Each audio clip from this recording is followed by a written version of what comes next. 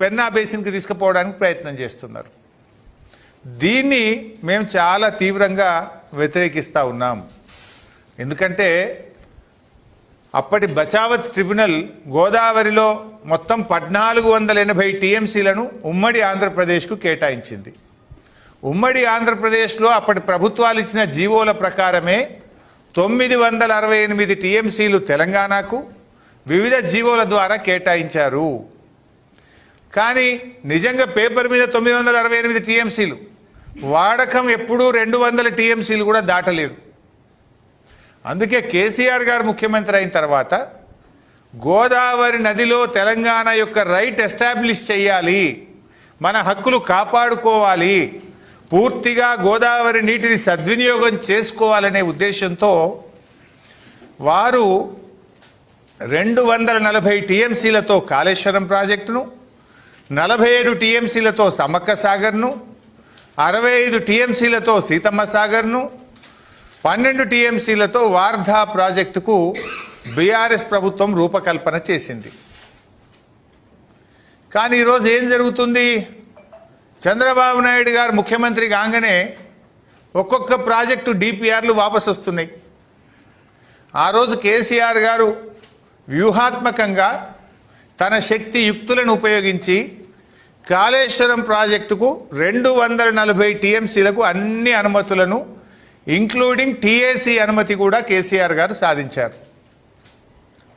ఇకపోతే Seethamma Sagar, Sammakka Sagar, doctor BR Ambedkar Wardha project, Kaleshwaram 3వ టీఎంసీకి సంబంధించి అన్ని అనుమతులు సాధించి చివరి అనుమతి లాస్ట్ స్టేజ్లో ఉంది. లాస్ట్ స్టేజ్లో ఉంటే ఇప్పుడు వచ్చిన కాంగ్రెస్ ప్రభుత్వం సరిగ్గా దాన్ని పట్టించుకోకపోవడం వల్ల చంద్రబాబు నాయుడు గారు బీజేపీలో తనకున్న పలుకుబడిని ఉపయోగించి ఇలా డిపిఆర్లు వాపసు పంపారు. ఆ డిపిఆర్లు వాపసు పంపితే రేవంత్ రెడ్డికి అటు బీజేపీని ప్రశ్నించే తెగువ లేదు, తెలివి కూడా లేదు.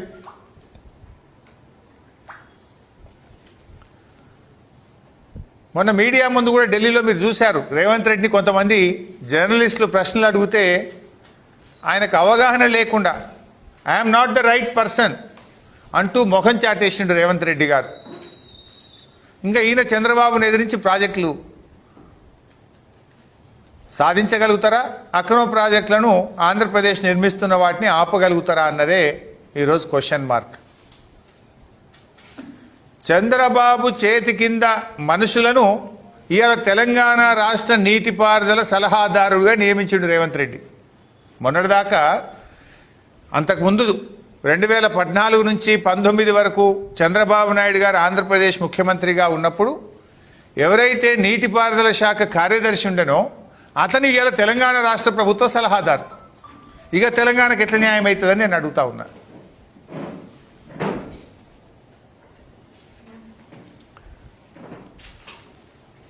ఇవాళ చంద్రబాబు నాయుడు గారు మాట్లాడుతూ నేను కాళేశ్వరం ప్రాజెక్టును ఆపే ప్రయత్నం చేయలేదు అని నిన్న మాట్లాడినరు. కాళేశ్వరం ప్రాజెక్టునట ఆయన గారు ఆపే ప్రయత్నం చేయలేదు. సరే, నిన్న మంచి మాట మాట్లాడాడు. ఏమని? మంచి పని చేశారు, కాళేశ్వరం కట్టి అన్నాడు. అట్లీస్ట్ ఒక నిజాన్ని నన్ను ఒప్పుకున్నారు. కానీ నేను ఆధారాలు చూపించదలుచుకున్నా. అద్దాలున్నాయి. కాళేశ్వరం ప్రాజెక్టును ఆపలేదు అని వారు మాట్లాడుతున్నారు. ఇక నేను లెటర్ కూడా చూపిస్తా. 13/6/2018 13/6/2018 నాడు అప్పుడు చంద్రబాబు నాయుడు గారే ఆంధ్రప్రదేశ్ ముఖ్యమంత్రి. ఆంధ్రప్రదేశ్ ముఖ్యమంత్రిగా చంద్రబాబు నాయుడు కేంద్ర ప్రభుత్వానికి కాళేశ్వరంను వ్యతిరేకిస్తూ రాసిన లేఖ, ఏం రాసినో కూడా చివరి లైన్ చదివి వినిపిస్తా. ఈ లేఖ కూడా మీడియాకు నేను విడుదల చేస్తున్నా. ఈ లేఖలో ఏమంటారంటే ఆయన,